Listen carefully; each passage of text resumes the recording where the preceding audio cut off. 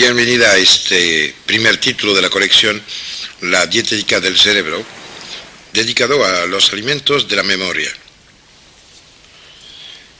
Todos vivimos instalados dentro de parcialmente el recuerdo de lo que hemos vivido, parcialmente dentro del proyecto de lo que esperemos vivir y probablemente también, y de manera muchísimo más segura, dentro de una construcción enorme que representa lo que creemos saber del universo, el mundo, la sociedad, el país en el cual nos encontremos.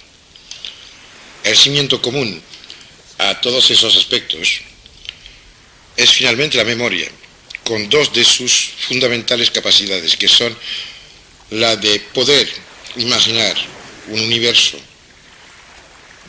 empezando con dos datos y la posibilidad de imaginar lo que ni siquiera a lo mejor existe. No es de hoy en que la memoria es parte integrante y fundamental de la construcción del ser humano y de su destino. Probablemente que la memoria y su utilización están a la raíz de todo lo que nosotros podamos considerar como cultura heredada, cultura anterior, cultura olvidada. Dentro de lo que es la herencia a la cual casi siempre nos referimos, por lo menos si hacemos el esfuerzo de tener un poco de cultura, pues con un poco de esfuerzo nos encontraremos con un personaje alucinante que es y fue considerado como el padre de la memoria organizada, o sea, la mnemotécnica y pues el poeta de Mnemosina, la diosa de la memoria. Este hombre increíble se llamaba Simónides de Ceos. Era un poeta, lo llamaban lengua de miel en griego. Y su leyenda empieza, su leyenda que nace en un hecho de la historia, pero su leyenda nació un día en el cual por la tarde lo invitan a ir a la casa de un rico señor en Atenas. Era el señor Scopas. Y en la casa de Scopas, cuando ya había caído la noche, estaba ahí Simónides de Ceos haciendo alarde de sus talentos, cuando de repente viene un esclavo que le dice que hay dos mellizos que lo llaman en la calle. Extrañamente estaba hablando Simónides de Ceos de Castor y Pólux. Va en la calle, no había nadie, y en este momento se derrumba la casa, sepultando bajo las ruinas todos los que asistían al banquete. Todos los vecinos, los esclavos, los domésticos, los sirvientes, llegan corriendo porque, imagínense, una catástrofe de nuestros días es algo bastante terrible, pero entonces ni cuerpo de bomberos, ni ambulancias, ni hospital dispuesto, ni nada. Había que acudir con los que podía.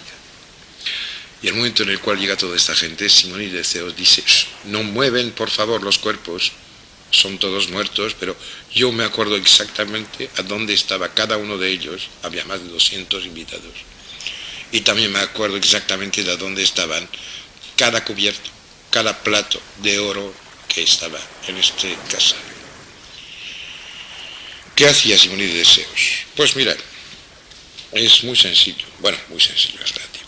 Este hombre, por lo visto, es el primero que haya formulado de manera transmisible una técnica que permitía acordarse permanentemente e instantáneamente de la totalidad de lo que se vivía.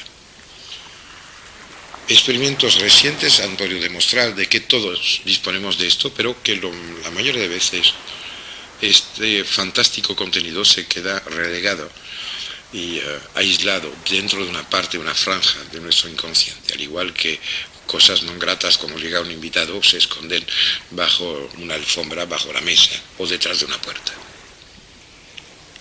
El acceso a esos datos permanentemente registrados por nuestra mente, no quiero decir nuestro cerebro porque de esto hablaremos más tarde, sigue un camino extraño porque mediante hipnosis, por ejemplo, se puede disparar y librar totalmente los contenidos adquiridos.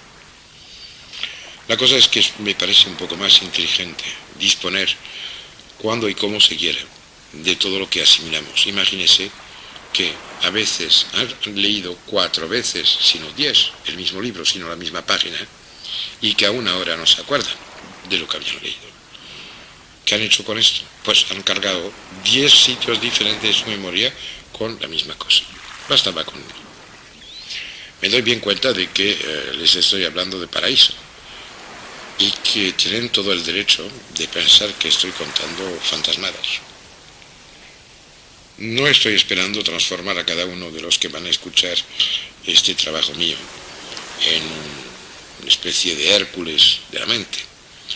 Pero sí, estoy convencido de que con un poco de atención y siguiendo unas direcciones muy sencillas, utilizando como mínimo lo que permitirá a su organismo, que es el aparato que les va a permitir cumplir con todo lo que estoy contando, permitirá a su organismo de estar capacitado para por lo menos usar de lo que ya están almacenando en los tesoros sin fin de la mente humana. Simónides de Ceos no es un caso aislado dentro de la gran herencia, la galería de personajes históricos que de una manera u de otra todos albergamos. Hay muchos otros. Dejaremos de lado a Aristóteles porque utilizaba una técnica sobre la cual tenemos mucho más datos con otro personaje, que es Cicerón. Cicerón, del cual creo que no hay que hablar, pero él utilizaba una cosa extraña y sobre todo nos habló de un maestro.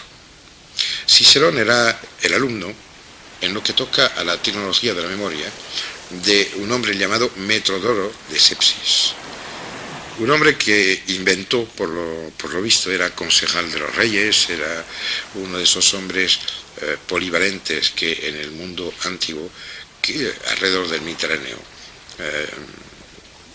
realmente representaban la mente superior. Este hombre inventó, por ejemplo, una escritura secreta que permitía con cada signo fijar y cuajar una infinidad de datos.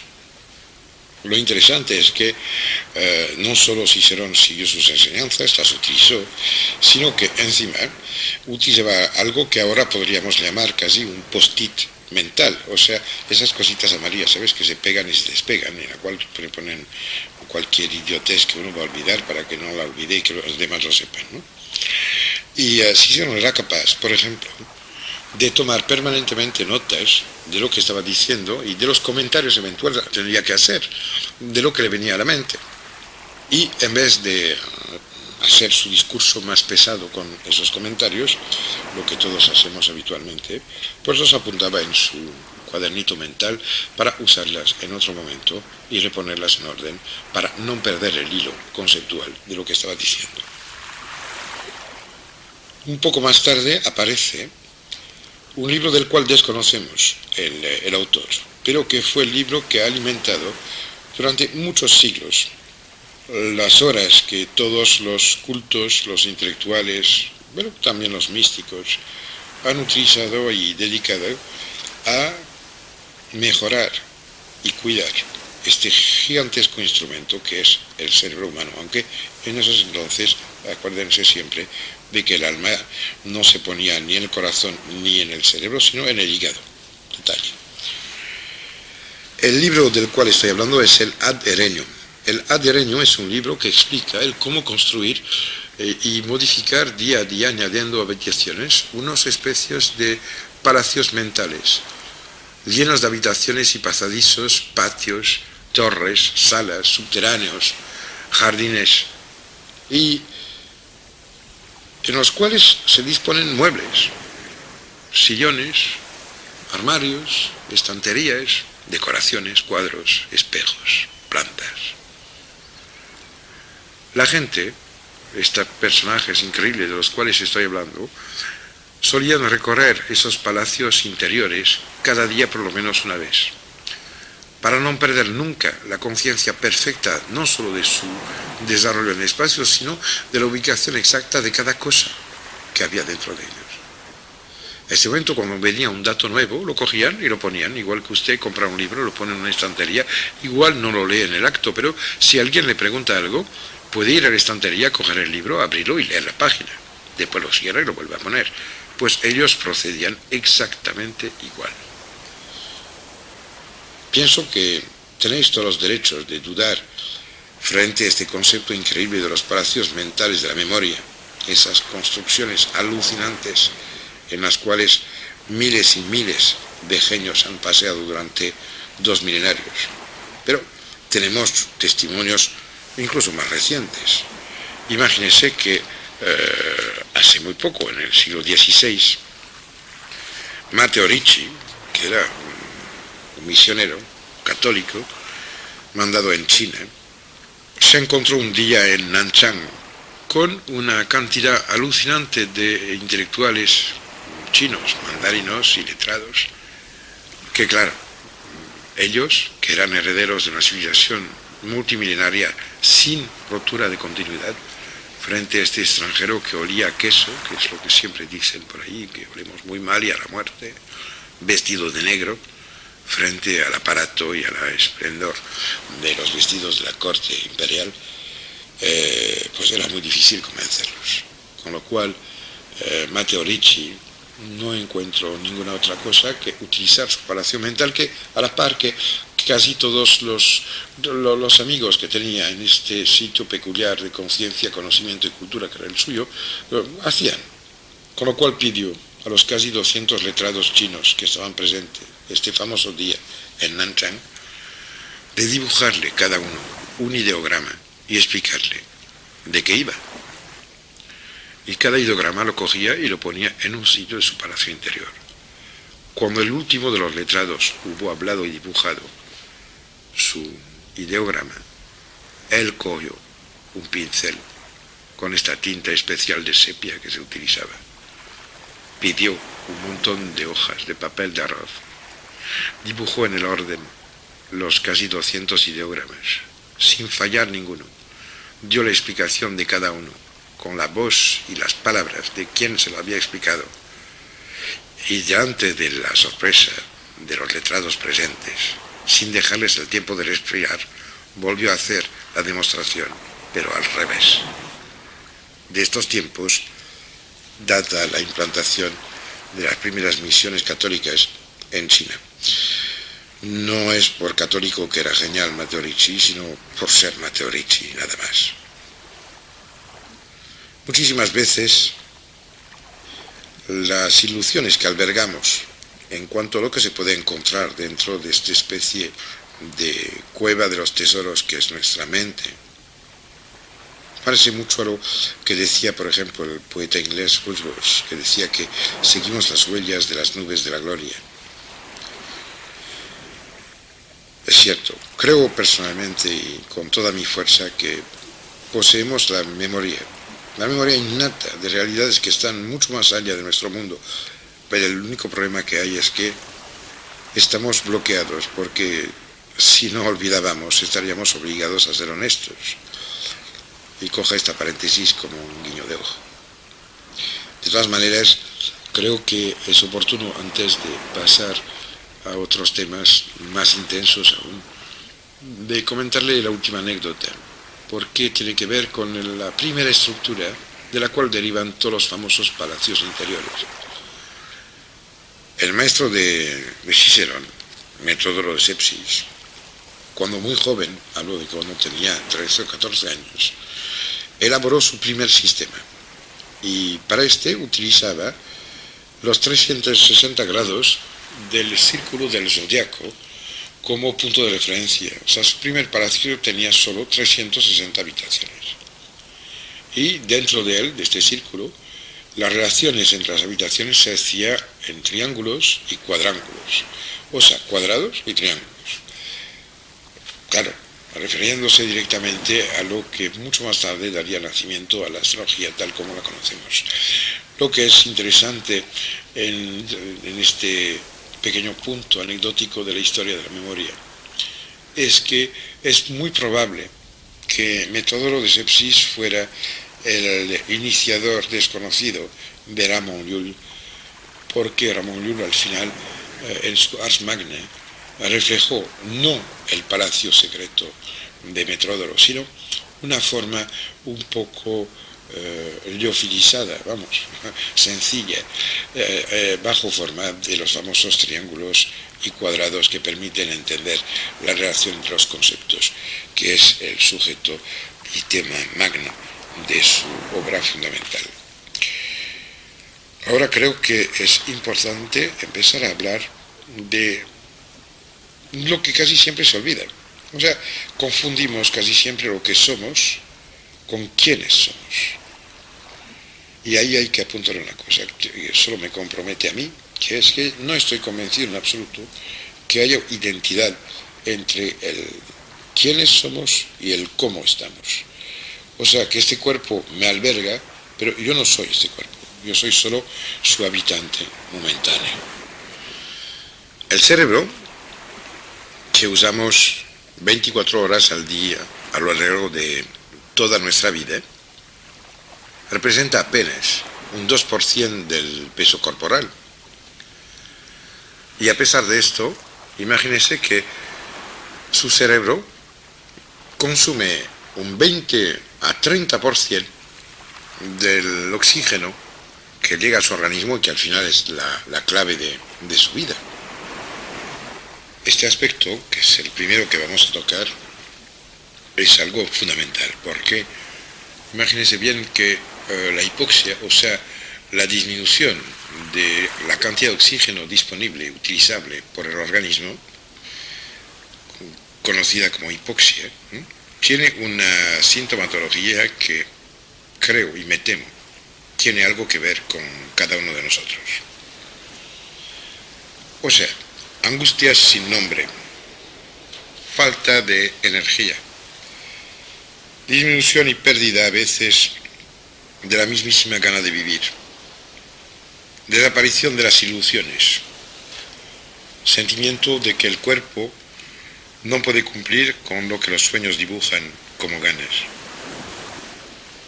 pérdida de la memoria inmediata, o sea, qué hemos hecho hace 2 minutos, o hace 10, o un cuarto de hora, o una hora, o esta mañana, o ayer.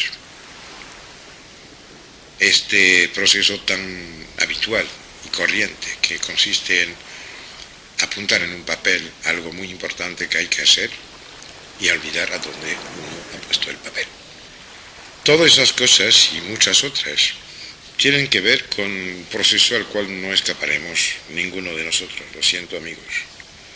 O sea que envejecemos. Y la patología del envejecimiento se puede conectar de manera muy directa con todo lo que se sabe, y sí que hay muchísimos trabajos e investigaciones hechas en esta dirección sobre la patología de la hipoxia. Hace gran parte de este siglo, bueno, vamos a ser claros, hace ahora unos 25 años, que se ha empezado realmente a raíz de los trabajos hechos por la Marina Americana de un lado y por una empresa francesa de buceo del otro, sobre el estado en el cual se encontraban los buceadores cuando volvían a la superficie después de una estancia un poco prolongada en las profundidades.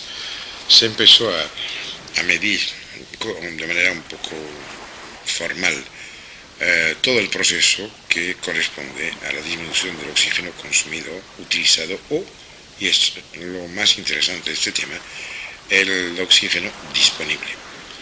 Porque dése cuenta que, amén de que el cerebro consume 30% del oxígeno disponible, no todo el oxígeno que usted respira y que yo respiro es utilizable.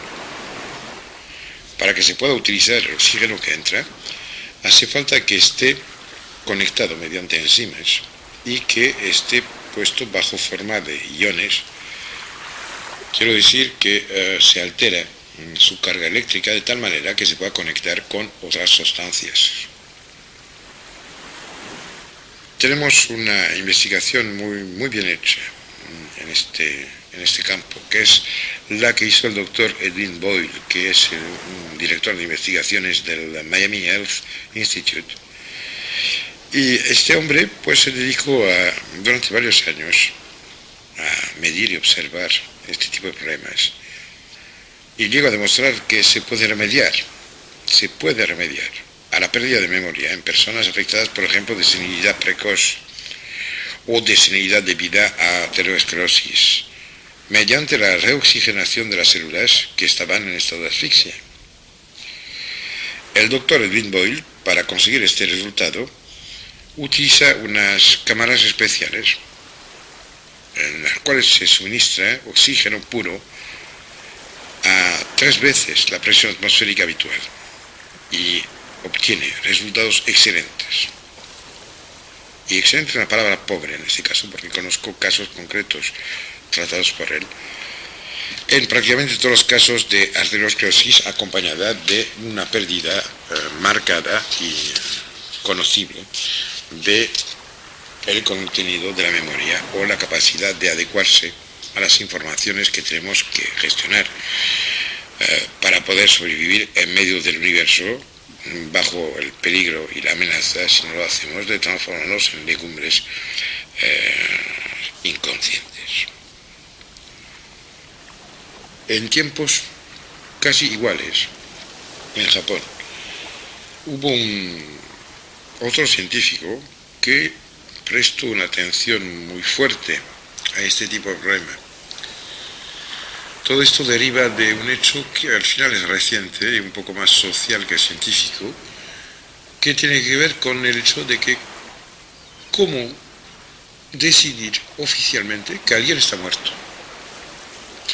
Parece un poco una perogrullada, pero no lo es. Hasta hace poco, y hablo de poco menos que 3 decenios, la muerte era el paro de la actividad cardíaca. Sin embargo, muchísimas cosas que han pasado y casos observados permiten saber y demostrar, a veces con cierta pena íntima frente a cosas anteriores, que el paro de la actividad cardíaca en absoluto tiene que ver con la muerte.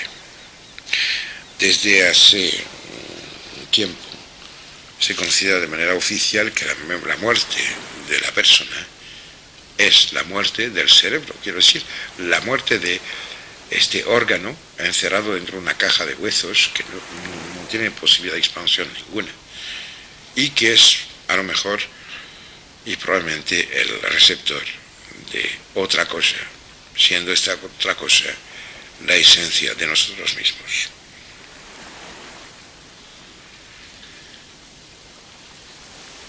Lo que siempre me ha llamado la atención es que, claro, si el cerebro es el receptor, es lo que nos permite captar algo, que es lo que nos permite decir yo estoy, yo pienso, yo soy, yo capto, yo vivo, tengo amores y odios, deseos, ganas y desesperaciones. Si esto es el receptor, implica de que hay alguna cosa que emite y que no es el mismísimo receptor. Es probablemente a donde estoy separándome de muchísimos de mis amigos investigadores. Porque una vez que haya desaparecido el receptor, si usted pega una patada al transistor, ¿cree usted que desaparece la emisora? Y aunque desaparezca, ¿cree usted que se muera o desaparezca el locutor?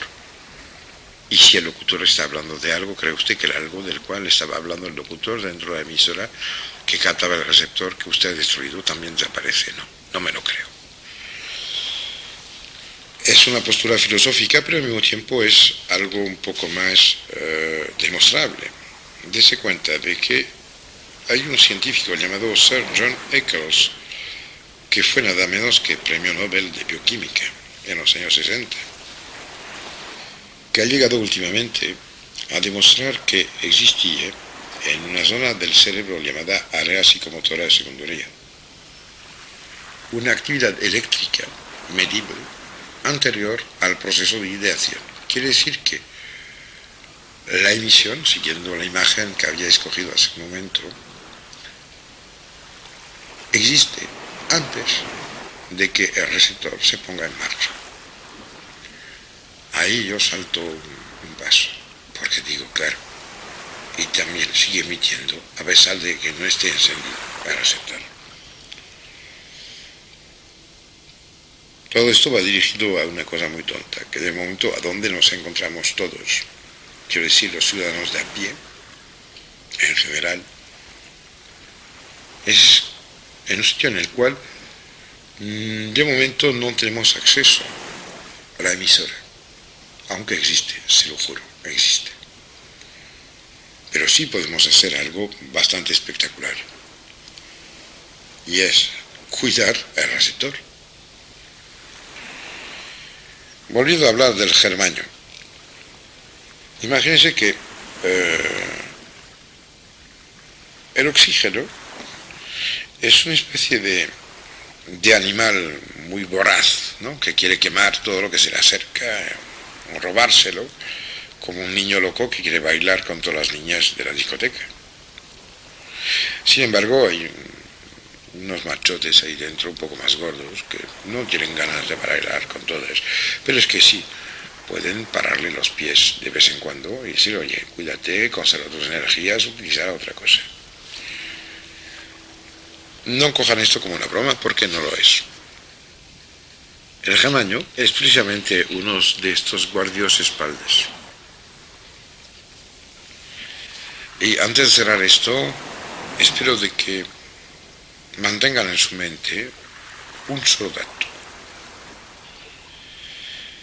Si no somos el cuerpo que nos recibe, porque pertenecemos a otro plan de existencia, el cuerpo sí está incluido dentro del plan de existencia de este planeta, del sistema solar y del cosmos en su totalidad. Obedece a unas reglas y normas, con lo cual ayudémoslo a que cumple la cosa para la cual está hecho.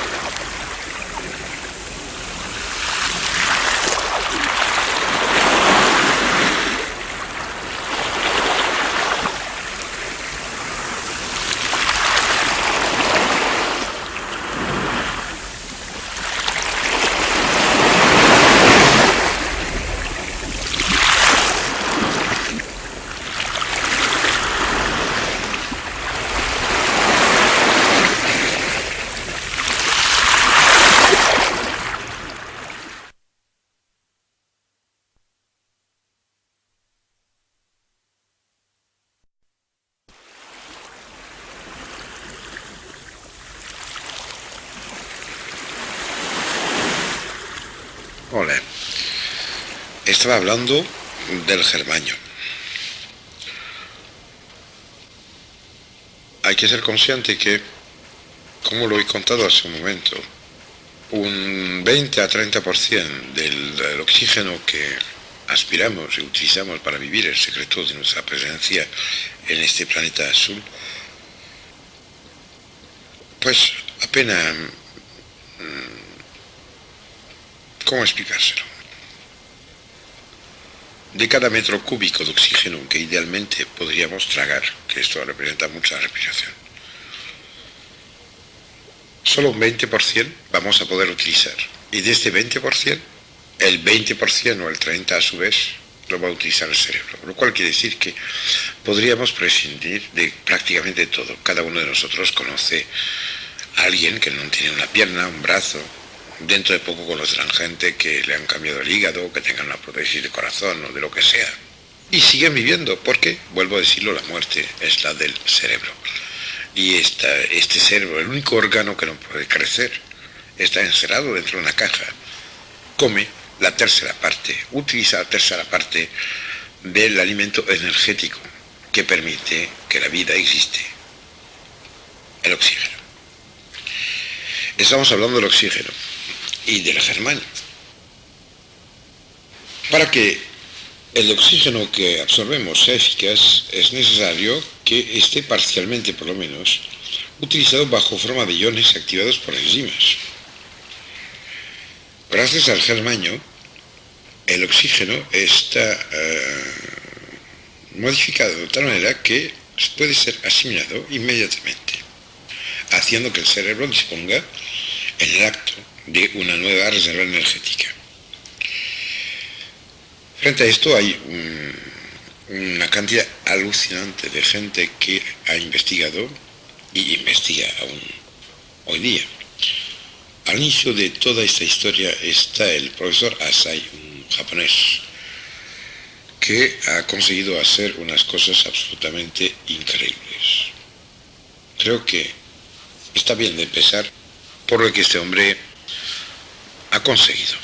Por ejemplo, en una de las clínicas, porque tiene varias, del doctor Asai, llegó un buen día una mujer de unos 25 años que no podía ni caminar, ni hablar, ni escribir, tenía zumbidos de oídos, temblores, estaba totalmente destrozada y el diagnóstico de los especialistas era totalmente claro, presentaba una degenerescencia completa, casi total, del cerebelo.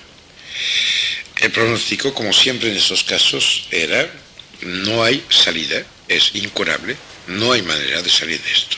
O sea que presentaba una degenerescencia completa del cerebelo.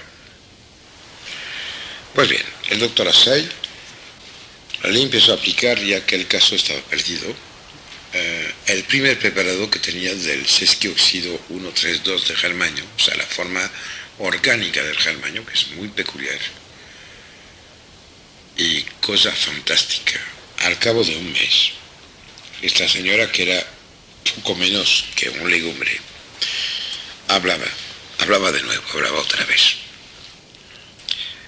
5 meses más tarde, estaba capaz de coger un lápiz y de escribir.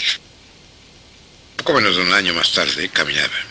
Y después desaparecieron todos los síntomas y esos fenómenos de hándicap que llevaba. Claro, para el profesor Asai no fue ninguna novedad, porque él ya había comprobado sobre él mismo, porque hay que saber que el profesor Asai empezó a trabajar porque tuvo que parar su actividad profesional, afectado que era de una artritis incurable que le impedía moverse. Y el origen de la investigación suya fue precisamente esto.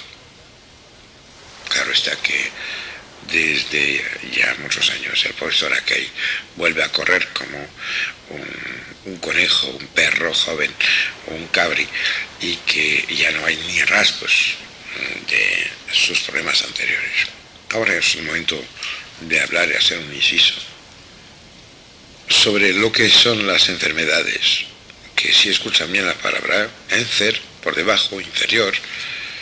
La enfermedad es estar por debajo de lo que somos y de lo que tendríamos que ser. De una cierta manera, se puede considerar como una pérdida de memoria. Lo mismo que se podría considerar que una vacuna o las reacciones inmunitarias son unos comportamientos que tienen que ver de manera muy directa con la memoria. Cuando un cuerpo ha conocido un virus hace 25 años, se le vuelve a presentar y responde de la misma manera porque aprendió la lengua. Volvemos al tema inicial. El doctor Akai llegó a aislar una sola molécula de las miles que existen, que tienen que ver con el germanio. Y antes de seguir, me parece oportuno de aclarar unos pocos conceptos. El germanio, que ya en su mismo nombre está evocando la pesadez tectónica, ¿no? Fue glorioso en la época de los semiconductores, ¿no? Que hicieron la riqueza y la fortuna de la industria electrónica que precedió lo que es ahora el quid del mundo actual, quiero decir la informática. Lo que hay es que sabíamos de unas pocas aplicaciones del germanio. Se sabía que era un agente terapéutico en ciertas cosas un poco puntiagudas, pero con retenciones, porque se le confundía con otras acciones atribuidas al litio, por ejemplo, como para tratar la psicosis, la esquizofrenia, la epilepsia, las neuropatías en general, y probablemente debido a que el germanio orgánico y el germanio metal en la mente de la gente son muy parecidos, se confundió durante muchísimo tiempo, y me temo que aún hoy día el germanio orgánico con el famoso componente de los semiconductores, con lo cual el viejo miedo a ser una máquina que toca a cada uno de nosotros una vez por lo menos en la vida hizo un bloqueo.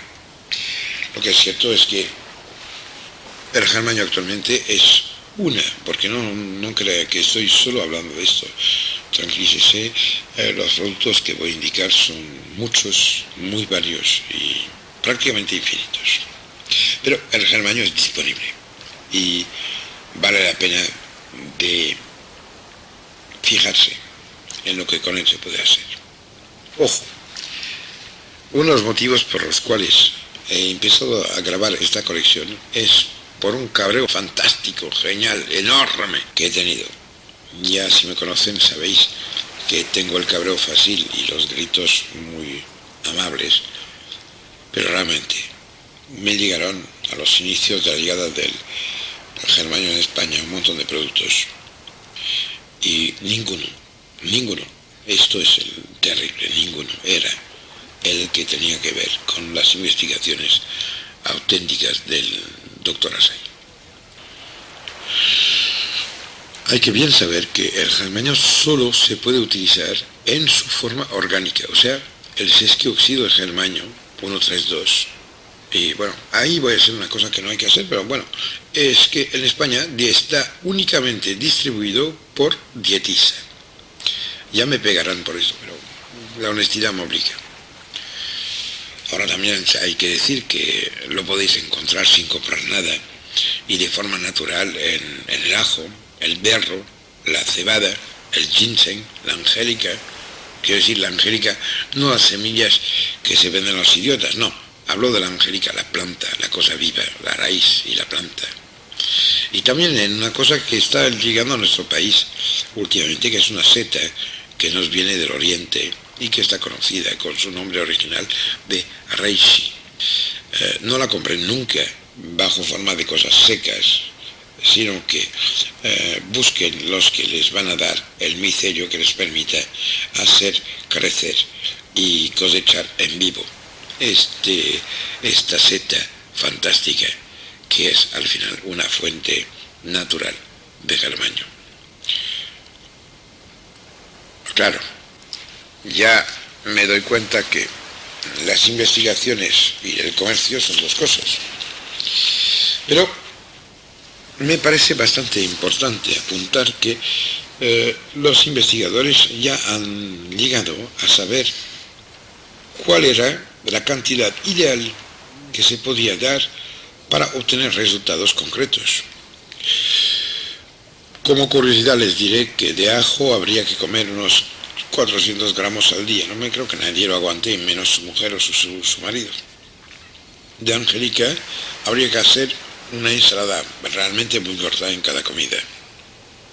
De berro, y esto sí se lo aconsejo, una sopa o una ensalada en cada comida podría dar resultados, pero mucho más fácil resultará de coger el concentrado que no lleva todo lo que representa lo que desechamos cada vez que comemos de lo que estamos tragando. En palabras pobres, cuando se come un kilo se caga 600 gramos cuando todo va bien.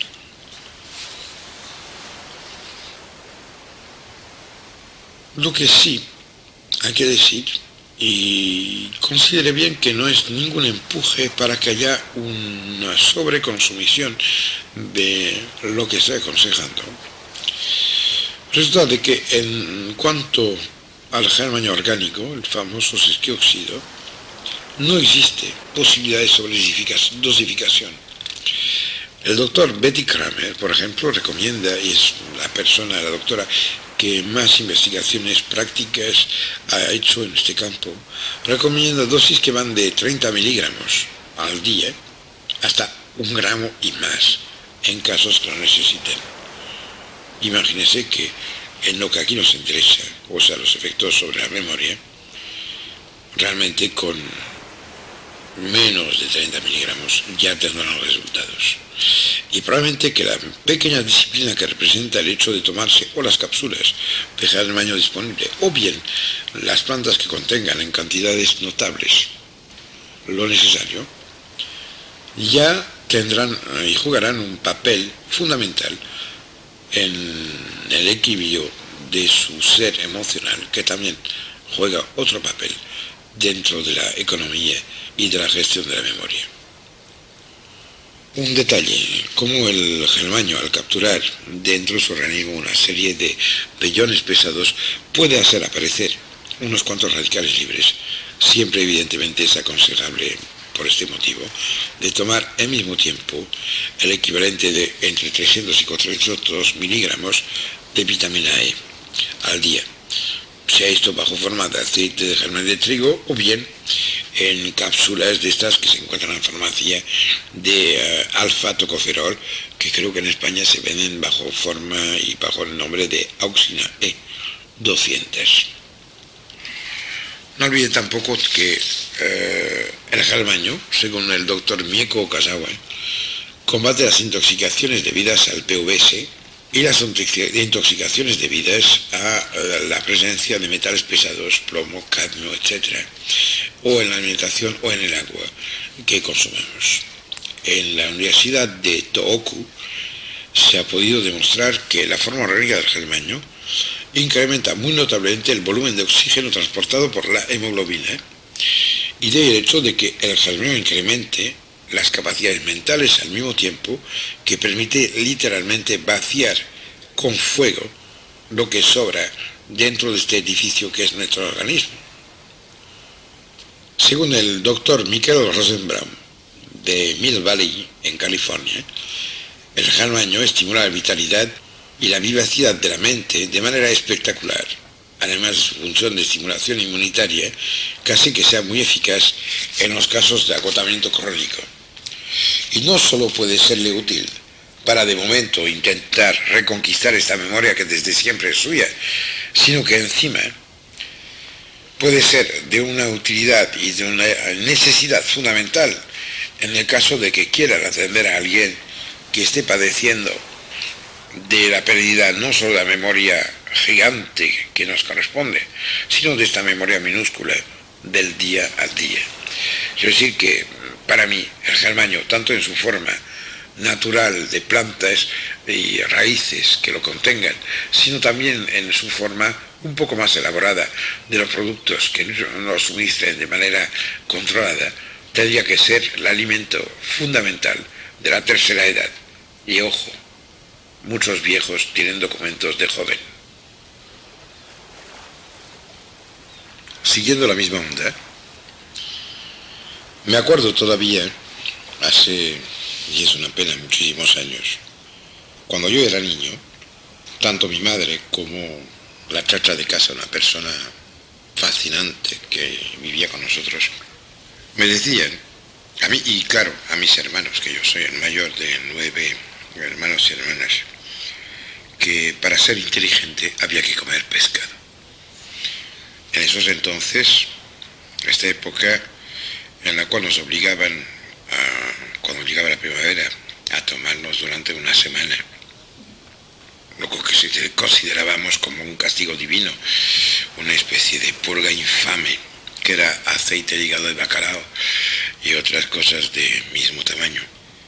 Creíamos que era igual para castigarnos de las torpeces y animaladas que habíamos hecho durante el invierno, porque al pasarlo dentro de casa, claro, unos críos hacen lo suyo. Pasó el tiempo. Y ahora sé que no era ninguna idiotez. Esto de coma pescado porque está muy bueno para el cerebro, no es ninguna idiotez, no es ninguna idiotez. El pez, y más particularmente las cosas más desdichadas, o sea, sardinas, arenques, anchoas, contienen una sustancia que, a la luz de los últimos descubrimientos hechos en cuanto a componente de los nutrientes, tiene un interés mayor. Hablo del DMAE, o sea, el dimetil-aminoetanol. Esta sustancia liga directamente al cerebro, casi a la par que la fructosa y los azúcares. Y en el cerebro se transforma en acetilcolina. La acetilcolina es una sustancia que tiene esta característica que permite transmitir los señales eléctricos al cerebro y al sistema nervioso, o sea, que sirve un poco como estas cosas que se ponen, ¿sabe? Cuando petaba en Andalucía, donde vivía hace años, un fusible, claro, ¿qué hacíamos? Pues como no había fusibles disponibles en las casas de al lado y que nadie lo tenía, pues se cogía un papel de aluminio y funcionaba, claro, petaba el transformador, pero funcionaba. La acetilcolina sirve para permitir de que pase la información, que es la cosa más valiosa de nuestra época. O sea que una carencia, una falta, un déficit en la acetilcolina podría provocar una confusión, cosa que pasa muchísimas veces. Creo que cada uno de nosotros lo hemos padecido algunas veces. Y una pequeña información, cójala como una paréntesis: el alcohol, el tabaco, el estrés, el odio, la celosía. Todos los pensamientos negativos parece ser que inhiben la acetilcolina. Estoy diciendo de que una carencia de esta sustancia puede provocar angustia, depresión, confusión de pensamiento, de la memoria, enneblecer los reflejos, ralentizar nuestra capacidad de responder a las informaciones que nos llegan del mundo exterior, disminuir nuestra capacidad a responder en el acto, o sea, aumentar lo que se llama la cronaxia. Al mismo tiempo, hay que darse cuenta de que la acetilcolina, que es la sustancia que mantiene la relación continua entre el sistema central de control y los órganos que de él dependen, está sometida a los efectos destructores del tiempo. O sea que se podría también parangonar los efectos de la hipoxia, falta de oxígeno, con la deficiencia de acetilcolina en cuanto a lo que tiene que ver con el envejecimiento.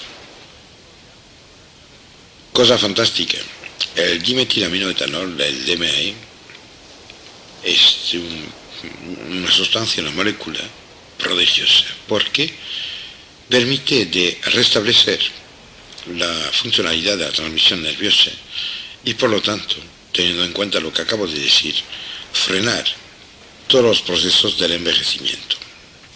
Lo que es muy interesante en esta tierra nuestra, que dos caras tiene sobre el Mare Nostrum, es que el pez en general, con más acento puesto sobre lo que he dicho anteriormente, los mariscos también, los oñones, por si acaso, o la levadura de cerveza, contienen ácido ribonucleico, el ARN, que es el nutrimento fundamental, el nutrimento capital de la inteligencia.